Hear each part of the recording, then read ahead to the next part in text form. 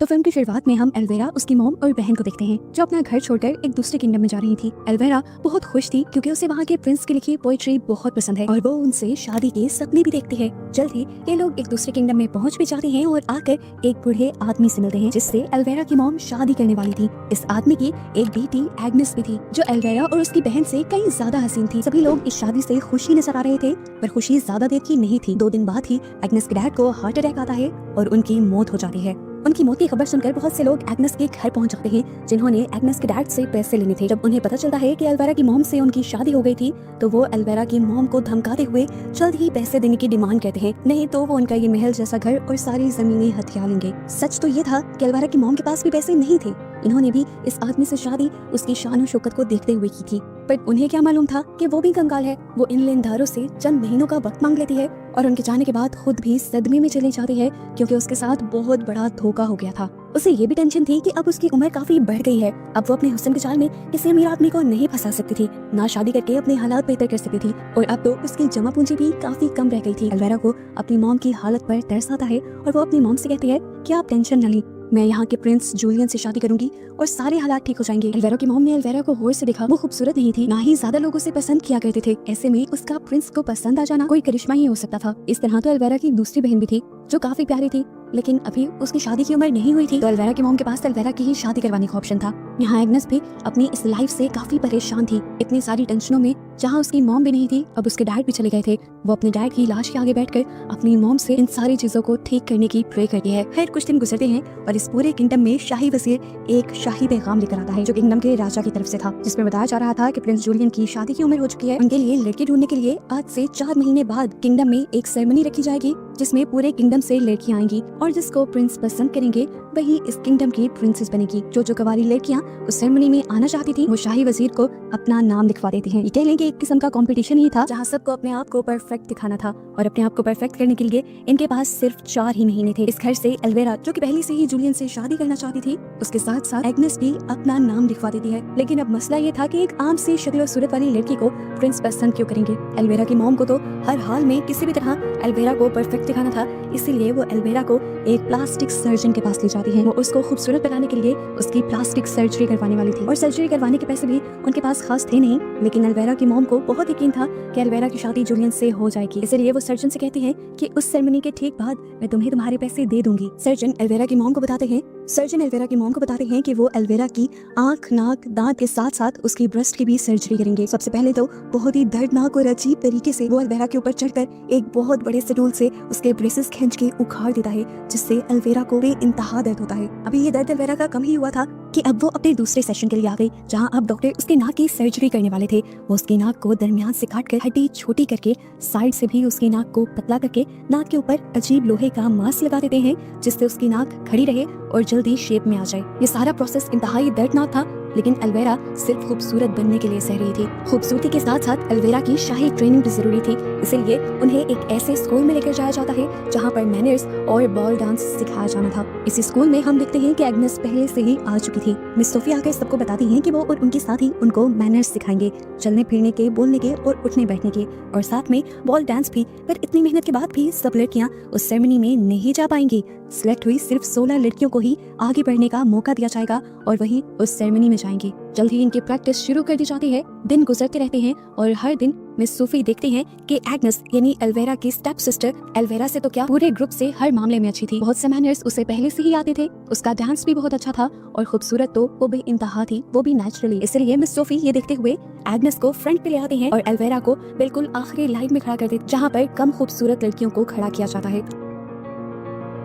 अब एग्नेस और एल्वेरा घर आ जाते हैं और एग्नेस एल्वेरा की मॉम से रिक्वेस्ट करती हैं कि अब हमें मेरे डैड का फ्यूनरल कर देना चाहिए, हमें उनकी बॉडी को दफनाने की जरूरत है क्योंकि उनकी बॉडी सड़ने लगी है। तो इसके जवाब में एल्वेरा की मॉम इससे कहती हैं, मेरे पास इतने पैसे नहीं कि मैं वो फ्यूनरल कर सकूं, मैं अपने बचे हुए पैसे अपनी बेटी पर खर्च करना चाहती हूँ और तुम्हारे डैड का फ्यूनरल तो अब एल्वेरा के सिलेक्ट होने के बाद ही होगा। एल्वेरा ये बात सुनकर ये समझ जाती है कि उसकी मॉम को उससे बहुत ज्यादा एक्सपेक्टेशन है, इसीलिए वो ज्यादा मेहनत करना भी शुरू कर देती है और आहिस्ता आहिस्ता पिछली लाइंस में से आगे आने लगती है। फाइनली इनकी ये 40 दिन की ट्रेनिंग भी कंप्लीट हो जाती है और आज वो दिन आ जाता है जब मिस सोफी और इनकी साथी ने उन 16 लड़कियों के नाम अनाउंस करने थे जो आखिर उस सेरेमनी में जाने के लिए सिलेक्ट हुई थी। एल्वेरा जब लिस्ट देखती है तो वो शॉक रह जाती है कि एग्नेस का नाम इस लिस्ट में सबसे ऊपर था और एल्वेरा का नाम सबसे नीचे।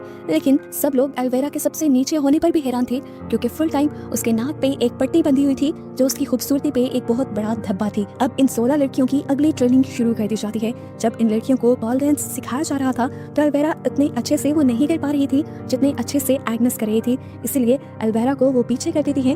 और यहाँ पर एल्वेरा फील करती है कि मिस सोफी उसके साथ काफी रूड हो रही है। और यहाँ पर मिस सोफी उसे बता भी देती है कि तुम्हारा सिलेक्शन यहाँ तुम्हारे बल पे नहीं हुआ, बल्कि तुम्हारी मॉम के पैसों के बल पे हुआ है। तुम्हारी मॉम ने तुम्हारा सिलेक्शन करवाने के लिए पैसे दिए थे। ये सुनकर एल्वेरा और दुखी हो जाती है, क्योंकि उसमें वो बात ही नहीं थी जो किसी को पसंद आए। घर पर एल्वेरा की मॉम एल्वेरा के लिए एक डिजाइनर को बुलवाती है ताकि उसके लिए बेहतरीन से बेहतरीन सूट बनाया जा सके। लेकिन यहाँ पर देखा जाता है कि एल्वेरा काफी मोटी है, क्योंकि वो बहुत ज्यादा खाना खाती थी। अब डिजाइनर एल्वेरा की मॉम से कहते हैं कि अगर उसे खूबसूरत कपड़े पहनने हैं तो उसे पतला होना पड़ेगा। इसीलिए एल्वेरा की मॉम उसे डाइट करवाना शुरू कर देती है और खाने में सिर्फ उसे नींबू पानी देती है ताकि जल्द ही उसका वेट लॉस हो। अगले दिन हम देखते हैं कि मिस सोफी 16 की 16 लड़कियों से अलग-अलग मिल रही थी। वो उनसे बात करके उनकी अंदर की खूबसूरती जानना चाहती थी। यहाँ पर भी एग्नेस पहली पोजीशन ले जाती है। वो एल्वेरा से आकर मिलती है और उससे बात करती है, तो उसकी सोच सुनकर उन्हें उस पर तरस आने लग जाता है कि किस तरह सोसाइटी में फिट होने के लिए वो तकलीफ सह रही थी और मेहनत कर रही थी। और इस पूरे टाइम में वो जब से यहाँ थी, सबकी तरफ से मजाक बनाए जाने के बावजूद भी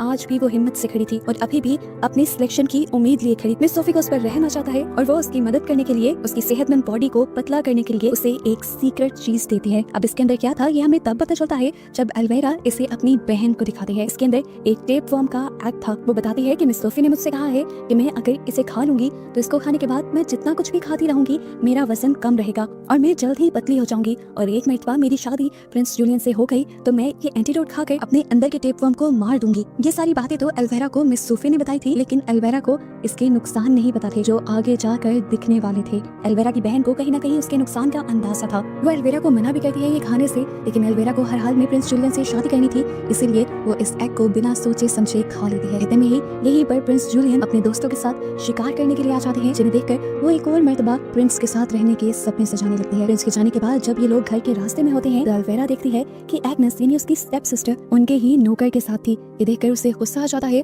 और वो ये बात जाकर अपने मॉम को बता देती है। एल्वेरा की मॉम को उसके ऊपर बहुत गुस्सा आता है। वो उसे उसकी इस गलती की सजा मार के भी देती है और फिर उससे भी बुरा काम ये कर देती है कि उसे अपने ही घर में नौकर बना देती है और उसे घर में कैद रहने को भी कह देती है। अपनी मॉम के इस फैसले से एल्वेरा बहुत ज्यादा खुश थी, क्योंकि वो जानती थी कि उसके लिए उसकी सबसे बड़ी कॉम्पिटिटर यानी उसकी सबसे बड़ी दुश्मन मुकाबलेबाज उसकी बहन एग्नेस ही है। आज उसने टेपवर्म भी खा लिया था तो उसे कोई टेंशन नहीं थी कि उसे पतला भी होना है। वो अपनी मॉम से छुपाकर बहुत सारा खाना खाती है और उसे ये खाना एग्नेस ने ही लाकर दिया था, क्योंकि कहीं ना कहीं एग्नेस भी चाहती थी कि एल्वेरा पतली ना हो।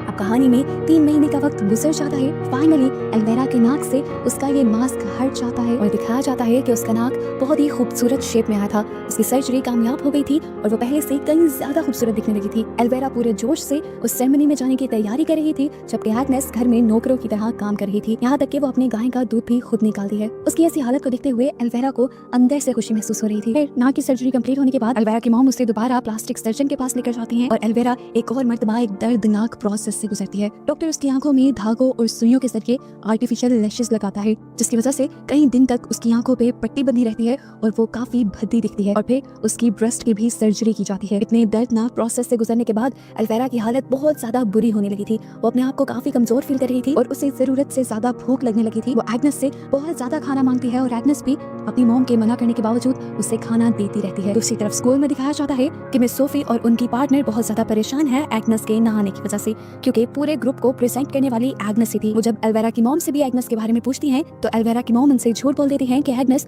अपने डैड की मौत की वजह से बहुत ज्यादा परेशान है और उसने किसी भी चीज में इंटरेस्ट लेना छोड़ दिया है। इसलिए मिस सोफी अब एग्नेस की जगह एल्वेरा को दे देती है, क्योंकि इतनी सारी सर्जरीज के बाद एल्वेरा भी अब एग्नेस की तरह खूबसूरत दिखने लगी थी। रात में हम देखते हैं कि एग्नेस जब एल्वेरा के लिए चुपके से खाना लेकर आ रही थी तो वो उसके बाल बनाने लगी और बाल बनाते हुए उसके बहुत सारे बाल झड़ने लग गए, जो देखकर एल्वेरा बहुत ज्यादा परेशान हो गई। ऐसा इसलिए हो रहा था क्योंकि उसने जो टेपवर्म खाया था वो उसे पतला रखने के साथ साथ उसके अंदर के सभी न्यूट्रिशन भी खा रहा था, जो बालों को घना और खूबसूरत दिखाने के साथ साथ हमें भी खूबसूरत दिखाने में मदद करते हैं। अब जैसे ही एल्वेरा की मॉम को ये पता चलता है कि एल्वेरा बॉल डांस की ओपनिंग डांसर बन चुकी है, यानी एग्नेस की जगह रह चुकी है, तो वो उसके लिए एक बहुत ही खूबसूरत ड्रेस बनवाती है, जो उनके पहले बनाए ड्रेस से भी काफी अच्छा था। इतनी ही देर में इनके पास एग्नेस भी आ जाती है, जिसके साथ ये सारे लोग मिलकर बहुत बुरा सलूक करते हैं क्योंकि एग्नेस को देखकर ये सारे जल रहे थे। एग्नेस के पास नेचुरल खूबसूरती जो थी, डिजाइनर एल्वेरा को जब ड्रेस पहना रहा था तब उसे भी पता चल गया कि एल्वेरा के बाल झड़ रहे हैं, इसीलिए वो एल्वेरा के लिए एक विग भी बना लाता है जिससे उसकी इस बदसूरती को भी छुपाया जा सके। यहाँ एग्नेस ने भी अब फैसला कर लिया था कि वो बॉल डांस में जाएगी जरूर, इसीलिए वो अपनी मॉम का बॉल डांस गाउन निकाल लेती है। ये गाउन बहुत ही ज्यादा खूबसूरत थी और कीमती भी, क्योंकि किसी टाइम पर एग्नेस की मॉम यहाँ की सबसे खूबसूरत और सबसे अमीर लेडी हुआ करती थी। एल्वेरा की नजर जैसे ही उसके इस गाउन पे पड़ती है तो वो जलसी से पागल हो जाती है और पकड़कर उसका पूरा गाउन ही फाड़ देती है। अपने गाउन के फटते ही एग्नेस पूरी तरह से टूट गई थी। वो अपने गाउन को लेकर अपनी डैड की सड़ती हुई बॉडी के पास जाकर रोने लग जाती है क्योंकि उसके पास अब कोई और चारा नहीं था इस कैद से निकलने का। उसको रोता हुआ देखकर यहाँ रोशनी में उसकी असली मॉम की सोल आ जाती है, जिनको उसकी हालत पे रहम आ गया था। वो उसे जादुई जूते देती है और वही सिंड्रेला वाली शर्तें उसे बताती है कि तुम ये पहनकर बॉल डांस में जाना। जैसे ही तुम इसे पहनोगी, बाहर एक कद्दू तुम्हारे लिए एक काठी में बदल जाएगा और तुम्हें महल तक ले जाएगा। लेकिन याद रखना, 12 बजते ही सारी चीजें अपनी असल शक्ल में आ जाएंगी और तुम वहाँ से भाग आना। लेकिन कहानी में एक छोटा सा चेंज ये था कि एग्नेस की मॉम ने उससे अपना मुंह छुपाने की भी शर्त रखी थी। इस चीज से एग्नेस काफी खुश हो जाती है और जब वो यहाँ से जाती है तो हम देखते हैं कि उसकी डैड की लाश के कीड़े उसके ड्रेस को भी वापस बुन बुन कर ठीक कर देते हैं। आखिर वो रात आ ही जाती है जिसका सबको इंतजार था। एल्वेरा बॉल डांस की ओपनिंग करती है और यहाँ पर मौजूद सभी लोग एल्वेरा की खूबसूरती में खो जाते हैं, ये जाने बगैर कि ये सारी खूबसूरती आर्टिफिशियल थी। प्रिंस जूलियन भी जब यहाँ आते हैं तो सारी लड़कियों को छोड़कर एल्वेरा को ही अपनी बॉल डांस पार्टनर के तौर पे चुनते हैं और डांस शुरू हो जाता है। अब एल्वेरा की वजह से एल्वेरा की मॉम को भी यहाँ पर मौजूद सभी अमीर लोग बहुत भाव दे रहे थे। एल्वेरा बहुत खुश थी, सब बिल्कुल ठीक चल रहा था क्योंकि जैसा उसने सोचा था वैसा ही हो रहा था। उसकी मेहनत रंग ला रही थी, लेकिन बस ये सब कुछ ही लम्हे के लिए था क्योंकि कुछ ही देर में यहाँ पर एक नकाब पहने खूबसूरत ब्लू गाउन में लड़की आ जाती है जिसके इर्द गिर्द ऐसा जादुई माहौल था कि महफिल में मौजूद सभी लोग उसकी तरफ अट्रैक्ट हो गए और ना चाहते हुए भी प्रिंस एल्वेरा को छोड़कर उस लड़की के पास चला गया। जूलियन अब उस नकाब वाली लड़की के साथ यानी एग्नेस के साथ डांस करना शुरू कर देते हैं और जैसे ही डांस करते हुए प्रिंस एग्नेस के ऊपर झुकता है तो एग्नेस का भी नकाब उतर जाता है और एल्वेरा उसे पहचान लेती है कि ये एग्नेस है।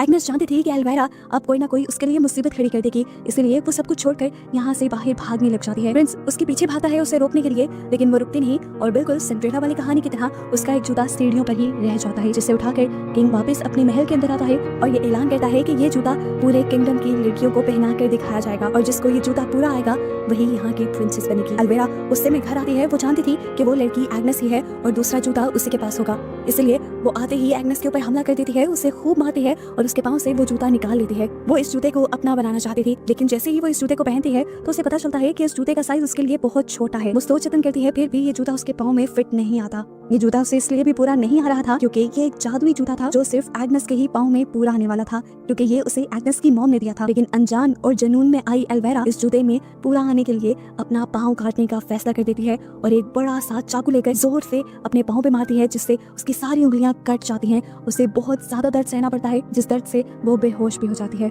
उसकी ये हालत देखते हुए यहाँ पर उसकी मॉम और बहन आ जाती है और उसकी बहन को एल्वेरा पे बहुत तरस आता है कि उसने सिर्फ प्रिंस से शादी करने के लिए कितने जतन किए, कितनी तकलीफें सही। जब वो बेहोश थी तो उसकी बहन ने उसकी मॉम को बताया कि इस टाइम एल्वेरा ने गलत पाँव काट लिया था, प्रिंस के पास जो जूता था वो दूसरे पाँव का था। यह सुनकर एल्वेरा की लालची मॉम उसकी बेहोशी में ही उसका दूसरा पाँव काटने का फैसला करती है और पहले वाले ही चाकू लेकर उसके दूसरे पाँव की भी सारी उंगलियां काट देती है। ये देखकर एल्वेरा की बहन शॉक में रह गई। उसे यकीन नहीं आ रहा था अपनी मॉम पे कि उसकी मॉम पैसों की इतनी लालची हो सकती है कि पैसों के लिए किसी भी हद तक कर सकती है, यहाँ तक कि वो अपनी बेटी को तकलीफ भी दे सकती है। उसे ये बात पता चल गई थी कि उसकी मॉम पागल है। एल्वेरा अब दर्द में लेटी हुई थी। 2 दिन गुजर जाते हैं और उसकी आंख एक अनाउंसमेंट से खुलती है जिसमें बताया जा रहा था कि प्रिंस जूलियन खुद उनके घर की तरफ आ रहे हैं उस जूते को चेक करने के लिए। दर्द में घिरी एल्वेरा किसी तरह उठती है और यहाँ से जाने की कोशिश करती है, पर उससे चला नहीं जा रहा था। वो बेड से नीचे भी गिर गई, खड़ा उससे हुआ नहीं जा रहा था, तो वो रेंगते रेंगते बाहर की तरफ आई। अब उसे सीढ़ियों से नीचे जाना था। वो जब घसीट कर नीचे उतरने की कोशिश करती है तो धड़ाधड़ सीढ़ियों से नीचे गिर जाती है और बहुत ज्यादा जख्मी हो जाती है। उसका मुंह उल्टा था और अपने उल्टे मुंह से वो देखती है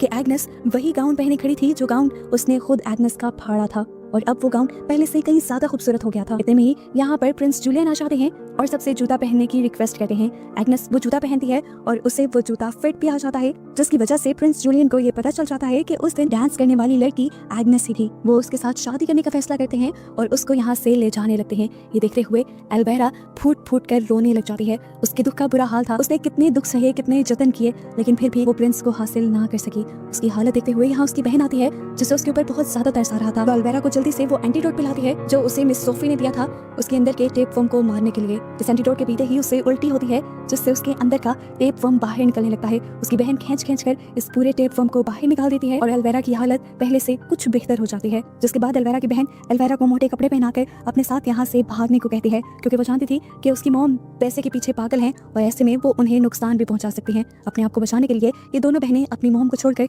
यहाँ से भाग जाती हैं ताकि वो अपनी आगे की जिंदगी आसानी से जी सकें और अपनी लालची मॉम के बहकावे में आके एल्वेरा की तरह और ज्यादा गलत काम ना करें। इनको उस महल से दूर ज्यादा दिखाते हुए ही ये कहानी यहाँ पर खत्म हो जाती है।